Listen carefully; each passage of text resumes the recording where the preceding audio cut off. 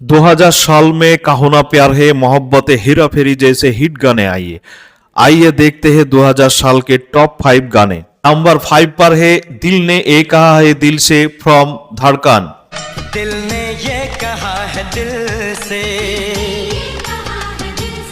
मोहब्बत हो गई है तुमसे। नंबर 4 पर है हाय मेरा दिल फ्रॉम जोश। नंबर 3 पर है ना तुम जानो ना हम फ्रॉम कहो ना प्यार है। ना तुम जानो ना हम। नंबर 2 पर है लता मंगेशकर एंड उदित नारायण की हमको हमी से चुरा लो फ्रॉम मोहब्बते। हमको हमी से चुरा लो। हमारे लिस्ट के टॉप पर है कहो ना प्यार है फ्रॉम कहो ना प्यार है।